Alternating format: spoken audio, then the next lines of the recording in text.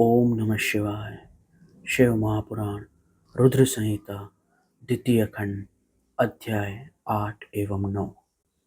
इस अध्याय में हम ब्रह्मा जी और कामदेव की असफलता के बारे में प्रसंग का अध्ययन करेंगे, जहां उन्होंने भगवान शिव को विवाह के लिए प्रेरित करने के लिए उनके मन में काम भाव द्वारा विचलन का प्रयास किया और वो असफल रहे। उसके बाद ब्रह्मा जी ने भगवान विष्णु की तपस्या की एवं भगवान विष्णु ने ब्रह्मा जी को माँ शिवा के आराधन के बारे में उपदेश दिया। इन सभी प्रसंगों का अध्ययन हम इस अध्याय में करेंगे। पूर्व अध्याय में हमने पढ़ा कि किस प्रकार कामदेव और वसंत भगवान शिव को विचलित न कर पाए एवं वापस लौट आए। जब वह वापस लौट आए तो उनकी बातें सुनकर ब्रह्मा जी को बड़ा भारी दुख हुआ। उस समय उनके मुख से जो निश्वास वायु चली, उससे मारगणों की उत्पत्ति हुई। उन्हें मदन की सहायता का आदेश देकर मुझ ब्रह्मा ने पुनः उन्हें शिवजी के पास भेजा, परंतु महान प्रयत्न करने पर भी कामदेव, वसंत और कामदेव के सहायक मारगण भगवान शिव को मोहित न कर सके, उन्हें मोह में न डाल सके। काम सपरिवार लौट आया और मुझ ब्रह्मा को प्रणाम करके अपने स्थान को चला गया। उसके चले जाने पर मैं मन ही मन सोचने लगा कि निर्विकार तथा मन को वश में रखने वाले योग परायण भगवान शंकर किसी स्त्री को अपनी सहधर्मिणी बनाना कैसे स्वीकार करेंगे।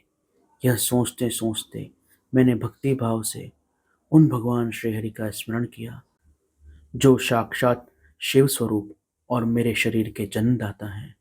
मैंने दीन वचनों से युक्त शुभ स्तोत्रों द्वारा उनकी स्तुति की। उस स्तुति को सुनकर भगवान शीघ्र ही मेरे सामने प्रकट हो गए। उनकी 4 भुजाएं थी, नेत्र प्रफुल्ल कमल के समान सुंदर थे। उनके हाथों में शंख, चक्र, गदा और पद्म थे। उनके श्याम शरीर पर पीतांबर बड़ी शोभा दे रहा था। वे भगवान श्रीहरि भक्त प्रिय हैं। अपने भक्त उन्हें बहुत प्यारे हैं। सबके उत्तम शरणदाता उन श्रीहरि को उस रूप में देखकर मेरे नेत्रों से प्रेमाश्रु की धारा बह चली। मैं गदगद कंठ से बारंबार उनकी स्तुति करने लगा। मेरे उस स्तुति स्तोत्र को सुनकर अपने भक्तों के दुख दूर करने वाले भगवान विष्णु बहुत प्रसन्न हुए और शरण में आए हुए मुझ ब्रह्मा से बोले, महाप्राज्ञ, विधाता, लोक सृष्टा ब्रह्मा, तुम धन्य हो। बताओ, तुमने किस लिए आज मेरा स्मरण किया और किस निमित्त से यह स्तुति की जा रही है। तुम पर कौन सा महान दुख आ पड़ा, उसे मेरे सामने इस समय कहो। मैं वह सारा दुख मिटा दूंगा। इस विषय में कोई संदेह नहीं करना। तब ब्रह्मा जी ने सारा प्रसंग सुनाकर कहा, केशव, यदि भगवान शिव किसी तरह पत्नी को ग्रहण कर लें तो मैं सुखी हो जाऊंगा। मेरे अंतःकरण का सारा दुख दूर हो जाएगा। इसके लिए मैं आपकी शरण में आया हूँ। मेरी यह बात सुनकर भगवान मधुसूदन हंस पड़े और मुझ लोक सृष्टा ब्रह्मा का हर्ष बढ़ाते हुए मुझसे शीघ्र ही ये बोले, विधाता, तुम मेरा वचन सुनो। यह तुम्हारे भ्रम का निवारण करने वाला है। मेरा वचन ही वेद शास्त्र आदि का वास्तविक सिद्धांत है। शिव ही सबके कर्ता, धर्ता और हर्ता हैं। वे ही परात्पर हैं। वह परम ब्रह्म, परेश, निर्गुण, नित्य, निर्देश, निर्विकार, अद्वितीय, अच्युत, अनंत, सबका अंत करने वाले स्वामी, सर्वव्यापी परमात्मा, परमेश्वर, अनिर्देश, परात्पर, परम ब्रह्म है।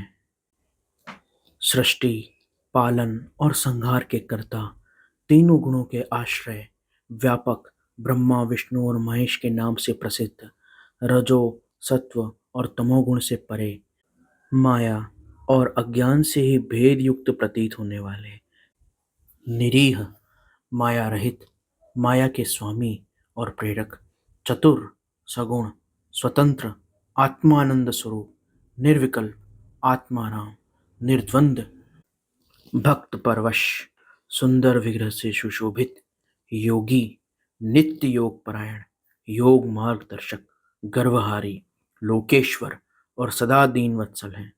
तुम उन्हीं की शरण जाओ। सर्वात्मा, शंभु का भजन करो। इससे संतुष्ट होकर वे तुम्हारा कल्याण करेंगे।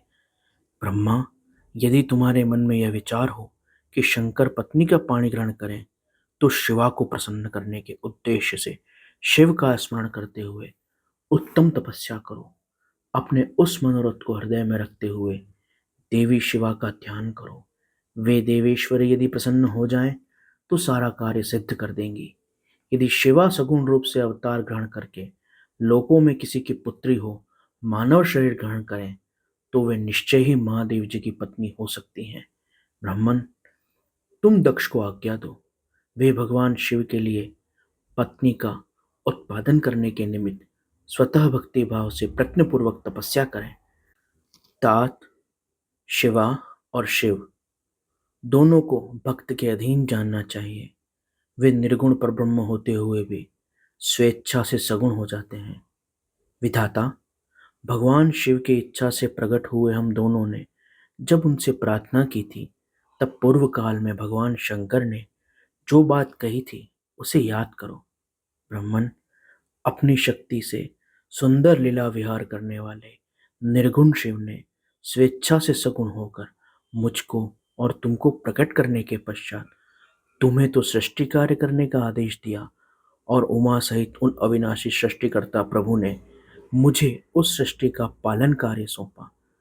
फिर नाना लीला विशारद उन दयालु स्वामी ने हंसकर आकाश की ओर देखते हुए बड़े प्रेम से कहा, विष्णु, मेरा उत्कृष्ट रूप इन विधाता के अंग से इस लोक में प्रकट होगा, जिसका नाम रुद्र होगा। रुद्र का रूप ऐसा ही होगा जैसा मेरा है। वह मेरा पूर्ण रूप होगा। तुम दोनों को सदा उसकी पूजा करनी चाहिए। वह तुम दोनों के संपूर्ण मनोरथ की सिद्धि करने वाला होगा। वही जगत का प्रलय करने वाला होगा। वह समस्त गुणों का दृष्टा, निर्विशेष एवं उत्तम योग का पालक होगा। यद्यपि तीनों देवता मेरे ही रूप हैं, तथापि विशेषतः रुद्र मेरा पूर्ण रूप होगा। पुत्रों, देवी उमा के भी 3 रूप होंगे। एक रूप का नाम लक्ष्मी होगा, जो इन श्रीहरि की पत्नी होंगी। दूसरा रूप ब्रह्म पत्नी सरस्वती है। तीसरा रूप सती के नाम से प्रसिद्ध होगा। सती उमा का पूर्ण रूप होंगी। वे ही भावी रुद्र की पत्नी होंगी। ऐसा कहकर भगवान महेश्वर हम पर कृपा करने के पश्चात वहां से अंतर्ध्यान हो गए, और हम दोनों सुखपूर्वक अपने अपने कार्य में लग गए। ब्राह्मण, समय पाकर मैं और तुम दोनों सपत्नीक हो गए, और साक्षात भगवान शंकर रुद्र नाम से अवतीर्ण हुए। वे इस समय कैलाश पर्वत पर निवास करते हैं। हे प्रजेश्वर, अब शिवा भी सती नाम से अवतीर्ण होने वाली है, अतः तुम्हें उनके अवतीर्ण के लिए यत्न करना चाहिए।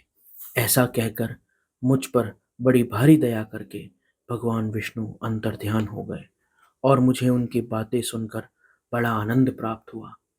इस प्रकार शिव महापुराण रुद्र संहिता द्वितीय खंड अध्याय 9 और 10 यहाँ संपूर्ण हुआ। शेष अगले अंक में। ओम नमः शिवाय।